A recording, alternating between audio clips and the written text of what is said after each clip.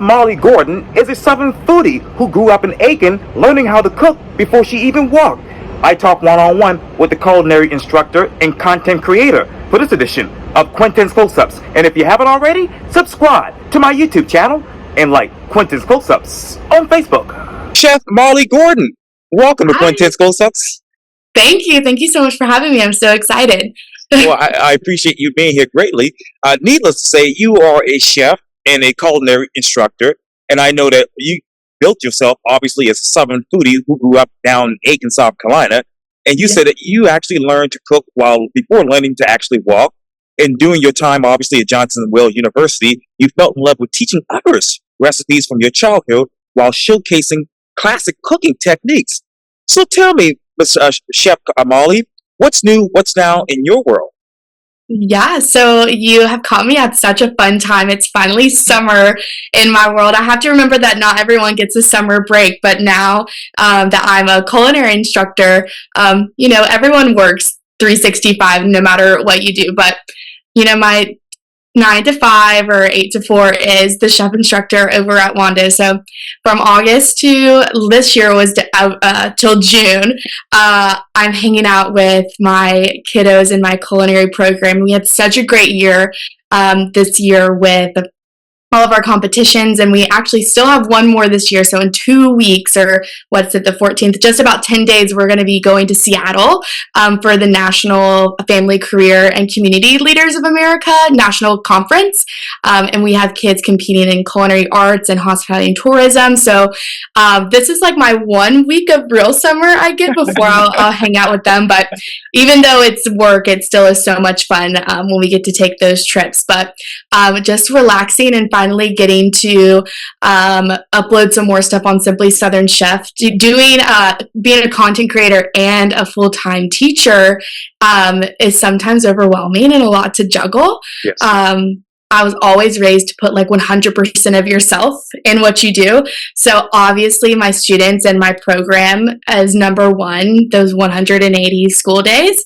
But any teacher will tell you, even though we're off during the summer, you're always thinking about the next year or what have you. So trying to get some time in the sun and hang out with some family, but also get to some of the restaurants and things that I don't always get to during the school year. So excited to just be out in the summer, and there's so much always happening in Charleston. So there's like 10 things I want to do a day, and there's only like 24 hours in a day. So taking it day by day, of course, but having fun. Absolutely. And Chef, you obviously talk about being a culinary instructor and being a chef and a content creator, and it's so complicated, I'm sure. So what is your balance? Yeah, that's a great question, and it's truly evolving every day. I started Simply Southern Chef when I was a freshman at Johnson & Wales, and I just wanted a platform so that my friends from Aiken could see that I was alive and well and see all the fun food I was creating at school. And it kind of turned into like from a personal blog of just like, hi everyone, like this is the pasta I made today, into I went to Johnson & Wales thinking I wanted to open my own restaurant, and you go to culinary school and you realize how much money it takes to open a restaurant, and just you have to have a really great idea. There's so many amazing restaurants, not only in Charleston, but in the South and the country. So you have to really have a great idea, and I really felt like my heart was cooking, but also teaching others how to cook. I just love people and communicating with other people. So when I kind of switched my career goal to being a culinary teacher, I started using my page also to educate people that aren't necessarily my students. So I think that every day is such a great day just to teach other people things. And it's so funny, I come from a family of chefs, and I guess not everyone in my family is a great cook, but everyone knows how to cook something. Like everyone has their dish they can make. Yes. But I understand now from teaching, not everyone is blessed with a family that is, blessed in the kitchen and creatively knows how to cook things.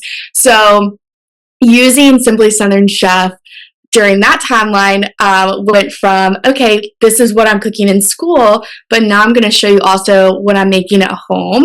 And I share, especially like when I was in college, it was really cheap and easy meals. Like, watch me take this Trader Joe's frozen food and add some fresh vegetables to it, and then we have a meal. So that's actually where like Simply Southern Chef came from. It's like, I'm going to show you how to cook really good food, Yes. but we don't need a full blown kitchen and all the equipment.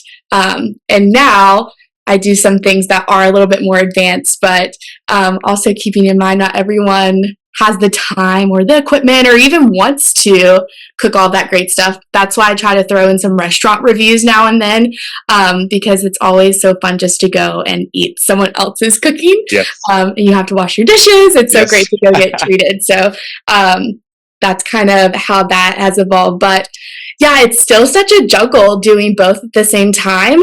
And it's like I'll go to work and I'll post a reel in the morning before I go into the classroom.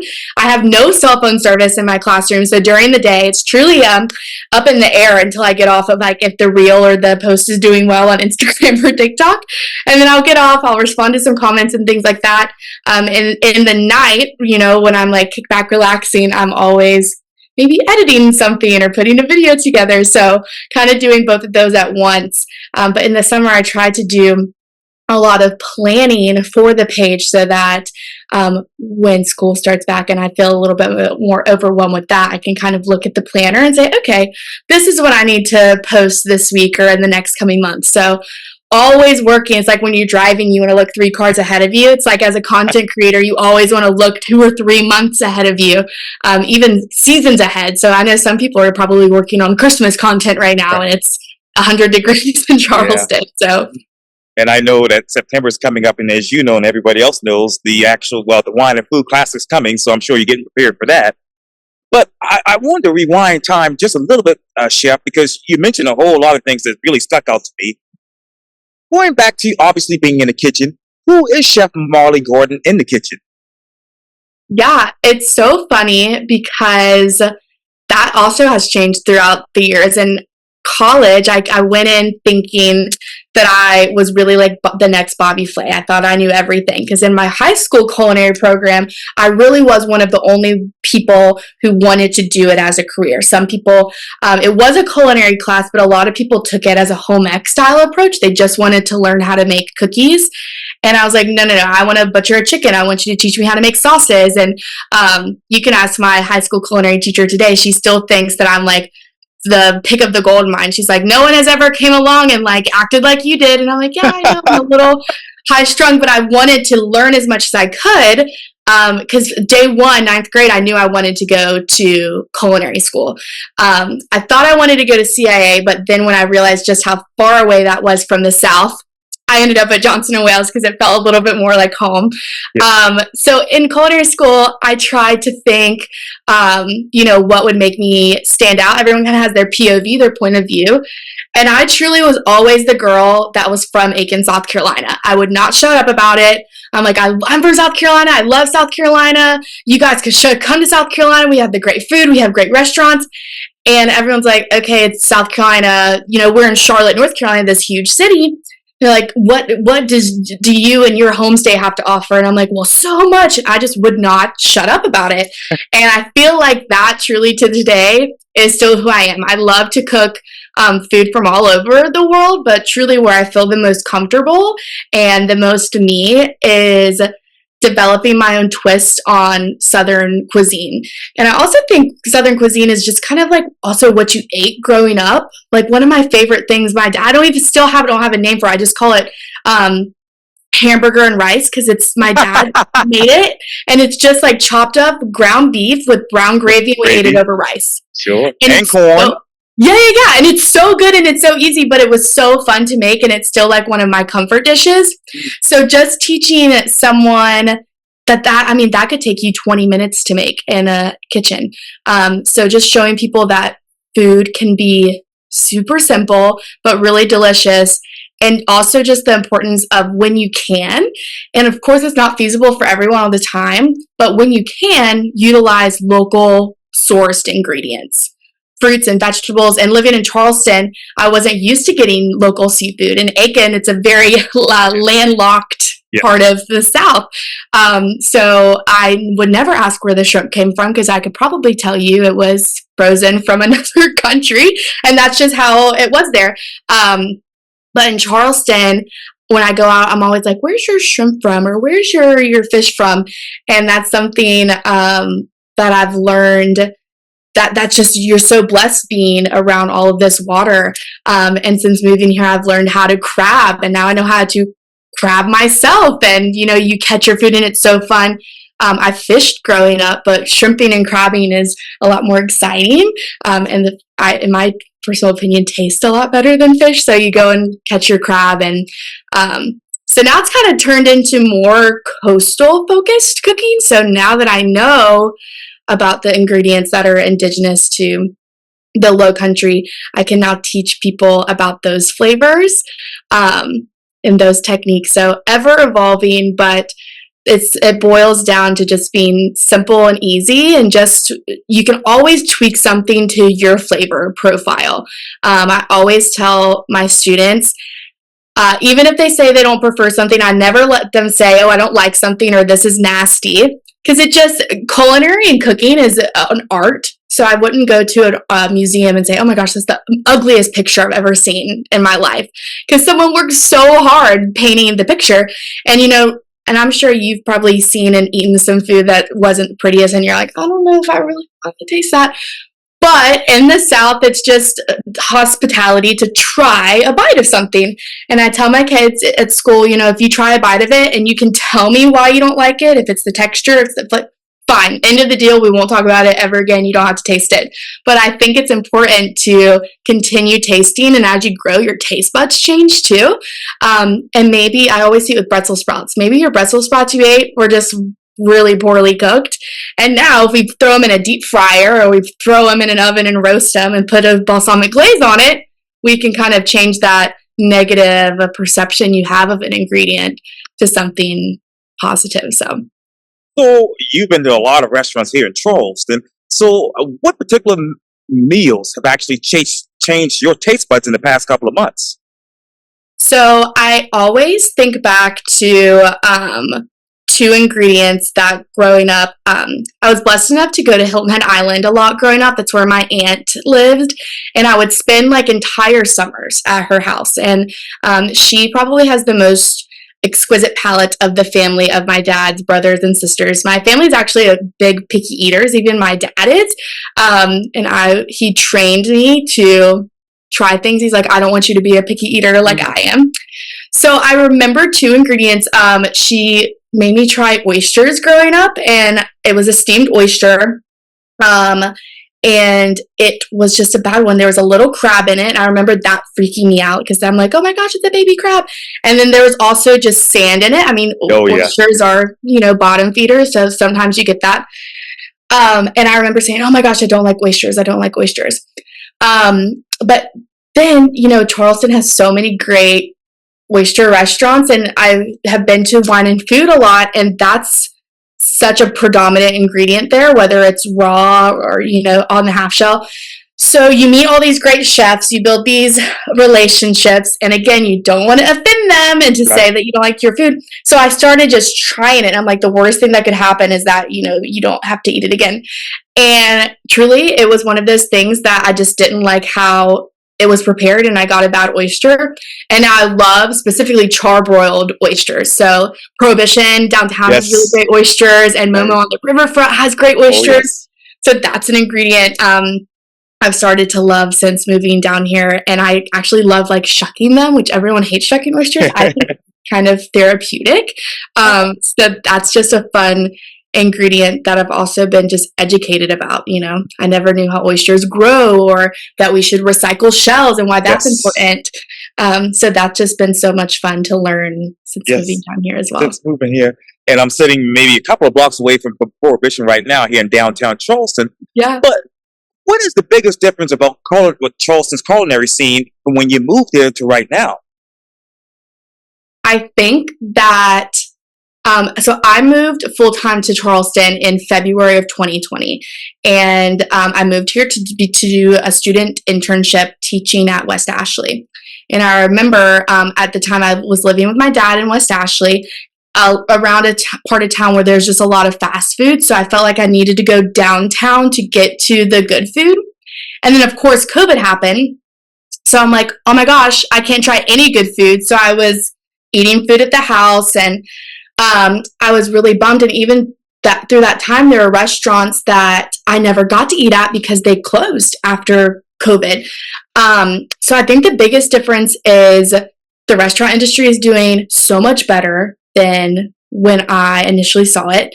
And then it's like I have this list in my iPhone on my notes app of places I want to try. And it's like I'll take one off, I'll finally go to some place, and then before I can even go to the next place, I put 5 more places that I want to go to. So I think the best thing about Charleston is there's just so many options in so many different parts of town. So like now in West Ashley, I don't feel like I have to go to downtown to get really delicious and awesome food. One of my favorite restaurants is in the riverfront in North Charleston. Oh, yes.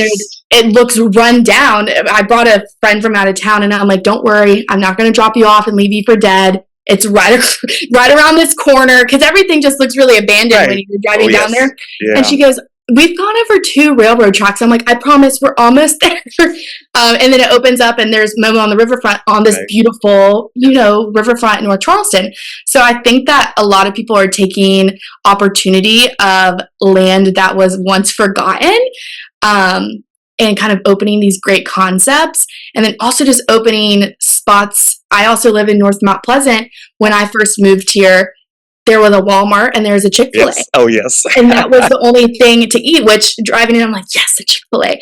But then you can only eat Chick-fil-A so much until you want like a home-cooked meal. Right. And now there's like 10 places that I could walk to on foot from really renowned chefs in the area. So it's just so much fun to see. It's sad to see the restaurants that closed, but I think that for every restaurant that closed, there's 10 more that opened up. So I think that, hospitality and food and bev is an ever-changing business. And it's really like the game of Monopoly. You have to play your cards right. There's so many factors that go into a successful restaurant. COVID wasn't easy. That was like a wild card that no one thought of. But the restaurants that were able to kind of roll with the punches, and even restaurants that are, there's restaurants, 4 or 5 that I can think of that have opened up in the last 2 weeks, that have really taken advantage of the space that they found and, building a great team.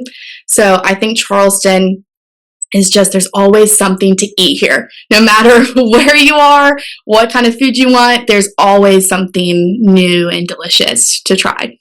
Yes, and I work in North Mount Pleasant a lot for the restaurant group that I work for, and I'm out there promoting our restaurants and whatnot. And of course, Jason Sackman has his, I can't pronounce the name of it, but he has his restaurant there on Spring Street in Ben Sawyer now in North Mount Pleasant. So that's a great spot there. That's really hopping as well. Yeah. But speaking of hopping, Chef, what are those restaurants that are on your radar right now that you want to try and actually review? Such a great question. There is a new Malaysian restaurant that just opened up. I've never tried Malaysian cuisine. Right. I probably couldn't even tell you. I'm assuming that it's like curry related dishes if I had to guess on a map, but I couldn't name any dishes for you by any means. So that is on my radar. Lost Isle over in Johns Island, I believe. It's all outdoors and it's wood fire cooking. I think that is so fun. Yes. I hate the heat, so outdoor, I'm going to have to bring my bug spray. However, but thinking of someone coming to, I'm always thinking about hosting my friends. I love inviting people that don't live in Charleston here, and I never like to do the same itinerary with multiple people. So I think that just how fun that is for someone who like lives up north in a really cold environment, bringing them down. And it's like, oh yeah, we're going to go eat outside. It's live fire cooking and them expecting burgers and hot dogs, but then it's like steak and these awesome sides, being served. So Lost Isle is on my radar. Gosh, what else?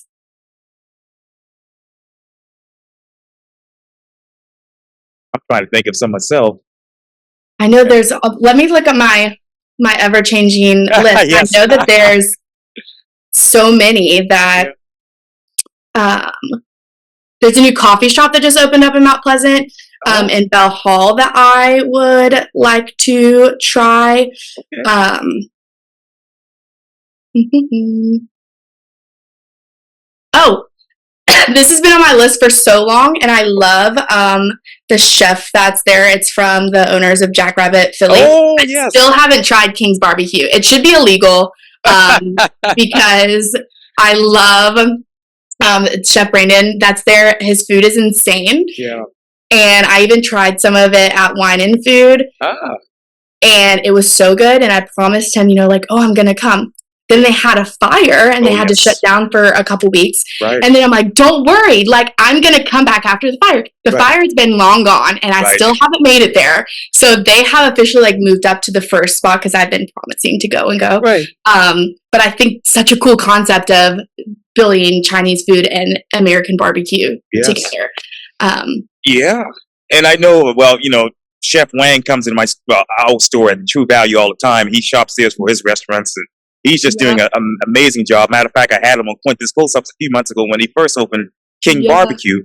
But when you talk about those chefs, Molly, which one of those chefs resembles your style? Gosh. I think it's so interesting because of the chefs that I've met. I've been blessed to work with the Wine and Food Festival and meeting chefs from Charleston and, people that just come from the festival. We're also, I think that when people think of professional chefs, they think of in your face, loud, yell at you if you mess up something. And some of my students may say that that's me sometimes, but I think a chef needs to yell when it's appropriate. But we're not as scary as we seem, and everyone really is just so nice. One of my favorite chefs that I've worked with is Chef Jamie Huff. He owns Redfish Mafia Charters. And so I'm like, is he even a chef? And then he comes to Wine and Food. Yeah. He brings this huge trailer and he does all this barbecue stuff. And he smokes quail. He smoked quail 2 years in a row. And I'm like, are you the quail guy again? And I just had the chance to work with him. He's so kind. He has that Southern accent. So I feel anyone with a Southern accent, I'm like, yeah, we can be friends because we're from, the same part. And he's just a storyteller. And that's something that I don't even mean to, but people were like, wow, you're a really great storyteller. I'm like, well, I just want to let you know where the food is from. I think that you should know the story behind it.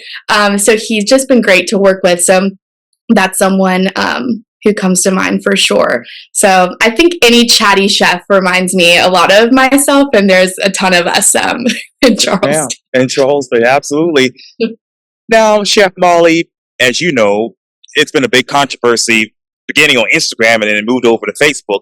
But obviously, we all love Charleston Wine and Food Festival. And as I just mentioned, the Charleston Wine and Food Classic is coming up in September.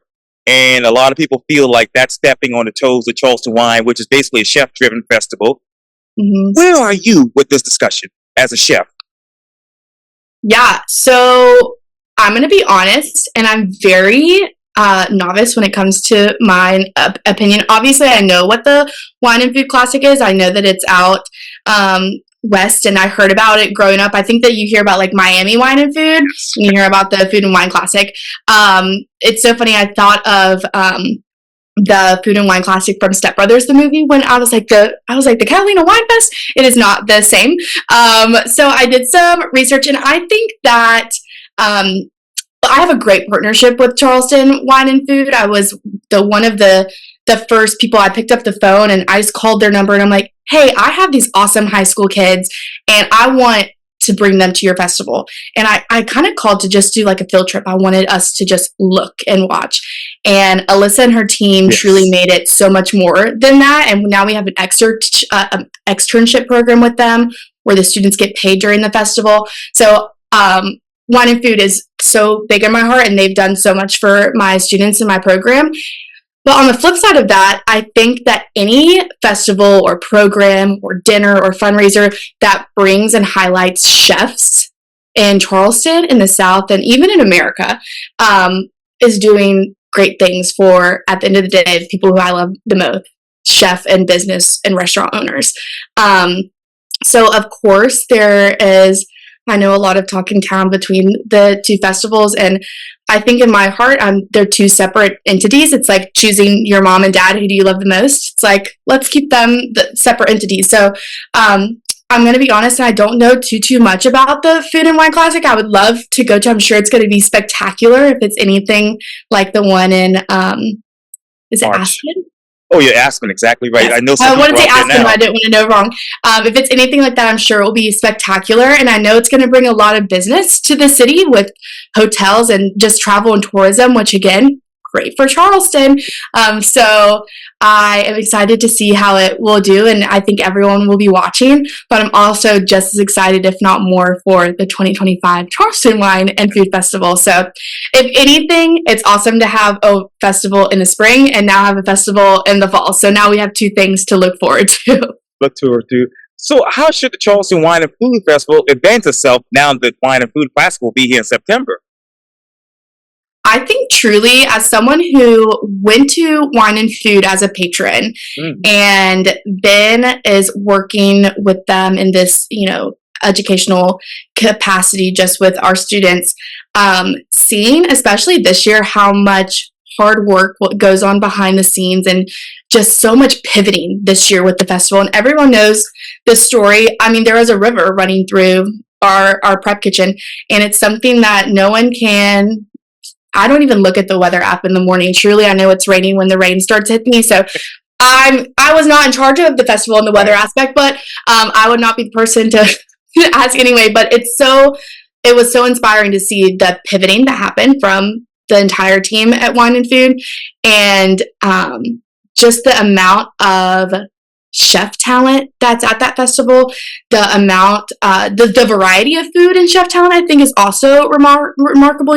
People just assume there's people from Charleston, but what they don't see is the chefs coming from all parts of the country and all parts of the world, from Asia and, all these other countries. So truly, especially knowing that the Charleston Wine and Food is doing this summer program called the Sizzle, which this summer they're doing little bits and bites of programming this summer. I don't have any advice for them. Truly, I think that they're ever evolving. And for team, I think just with teachers, again, I'm going to compare the teachers to the Wine and Food.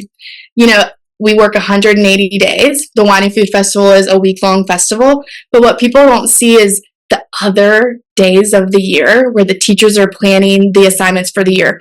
Or I would say the people at Wine and Food probably take 7 days off a year. So whatever that math is, those other days of the year is going into the 5 days that everyone is attending. And some festivals, do a lot of planning. Charleston Wine and Food, I've just truly never seen the quintessential planning that goes on and the attention to details. And again, that is from someone who went as a patron and kind of gets to see behind the scenes.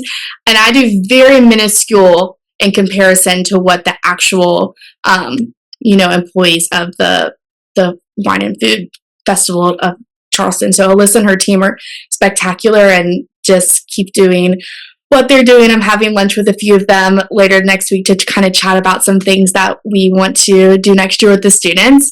So everyone's always thinking, and I think at the end of the day, it's all about giving the consumers what they want the most and making the experience for the guests the best. And I think as a chef, that's all you ever want. You want to put a smile on whoever you're feeding's face. So it's really about making the guests who are visiting Charleston, or even the locals who are coming to these programs, kind of curating them, the programs to kind of what they would want. What exactly does the consumer want from somebody like you, Chef Molly Gordon? I think the biggest thing this day and age is just being authentic. And that's coming from someone that I scroll through my phone and I follow these people, and I look at things, I'm like, I wonder if they really like that. I wonder if they really like that product or that restaurant. And, my friends and family, they just know me as Molly. And then some of my friends and family will be like, oh, she's a content creator. And I'm like, stop. Because I want them to see me as Molly. And at the end of the day, I don't want to post something that is not true and authentic to me. And I've been able to stay true to that, and I plan to stay true to that until the day that, maybe I decide Simply Southern is no more, which is not in the very near future. But as long as this is my platform, and I want to set a good example for the students at school as well, whatever they choose to do, it should be about inspiring people with things that are authentically you. So I think what people want to see is things that I'm authentically loving. And actually, a lot of my engagement comes from people who are coming to Charleston to visit. And everyone likes to do different things in Charleston. And I think there is something for everyone. But if I could be that voice of reason to say, hey, go to this restaurant if you really love a good burger, or come here, this is like the best beach that I think has the best parking. Just those little tips and tricks that are not easy to find on Google, but maybe you could find on a influencer's platform really easily. So there's just something for everyone, and I never share the same thing twice. Right. It's all food related in an aspect, but maybe it's like my earrings or chef coats. Maybe I want to share this jewelry because I love it. So it's not like a cheeseburger, but it's foodie related somehow. So Right. just keeping it always silly and upbeat. And something I always try to do is positive. You'll never see a negative review on my page because Right. I'm not going, as a chef and someone who used to work in the food and beverage on the line, sometimes you just have a bad night. So the plate that the customer gets, they're like, oh my gosh, the worst place I've ever been to. Was it really the worst place, or was it you just weren't happy with the grill on your steak or what have you? So I try my best to post positive things that really uplift and encourage everyone in our community. So Have this, as you said, a silly but positive, uplifting platform. So who is your audience? yeah, that's a great question. So I am very girly. So I think a lot of people think that, oh, I'm just for the girls. But my demographics are really all over the place. A lot of the followers are from Charleston, of course. I have a large following from Aiken and back in Charlotte where I'm from. But now as I'm posting a lot of my travels and my travel videos of me eating food in Seattle or Orlando when I go, I'm seeing a larger engagement of people who just love good food, Yes. both men and women. So, and this is the thing, food is just so, I don't know, it's just everyone can relate to it. Everyone eats, everyone loves good food. So, a 6-year-old could watch my content and an 84 year old could watch my content. I try to make it the best of my ability, family friendly. I don't like to post, I don't know, it's just PG. I don't cuss on my videos. I don't, use, Right. it's just all positive and good vibes. Yes.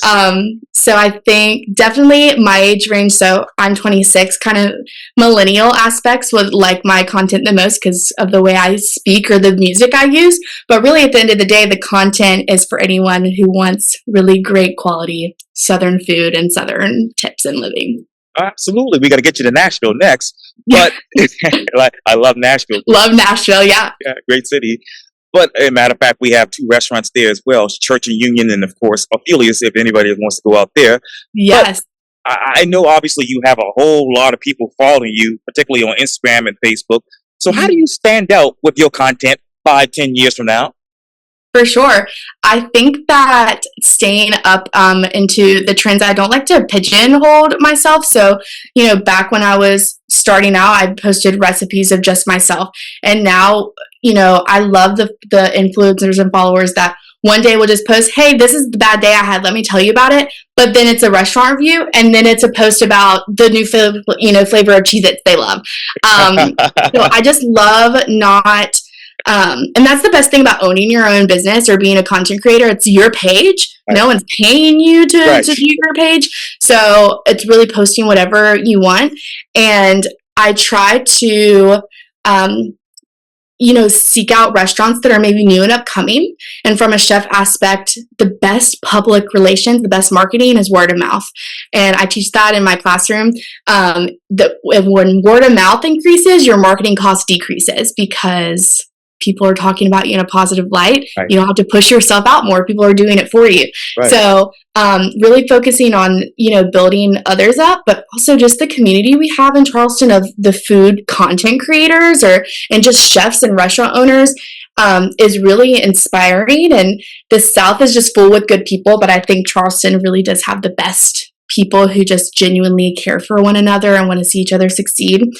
So at the end of the day, it's just about uplifting the food and beverage community. It's a hard business. It's long hours. The trends go up, the trends go down. But I always tell my students, and this is why I went to food and beverage, we're all going to have to eat. So food is going to stay around for till the end of time. Right. So even though there's ups and downs, there's always something to talk about in the food and bev industry for sure. For sure. What new meal that you have tried that is actually simply suffering? Something that I cooked a few weeks ago was I loved chicken pot pie growing up, and my stepmom loves my like classic chicken pot pie, Huh. but this is very controversial. Oh. I don't love pie crust. I Ah, like the filling of pies. So instead of putting normal pie crust on a chicken pot pie, I did like a knockoff Cheddar Bay biscuit from Red Lobster. ah, So it was like a cross between a chicken and dumpling meets a chicken pot pie meets a cobbler. makes Did it sense. in a cast iron skillet and popped it in the oven, and it was delicious. It was so good. Good. Wow.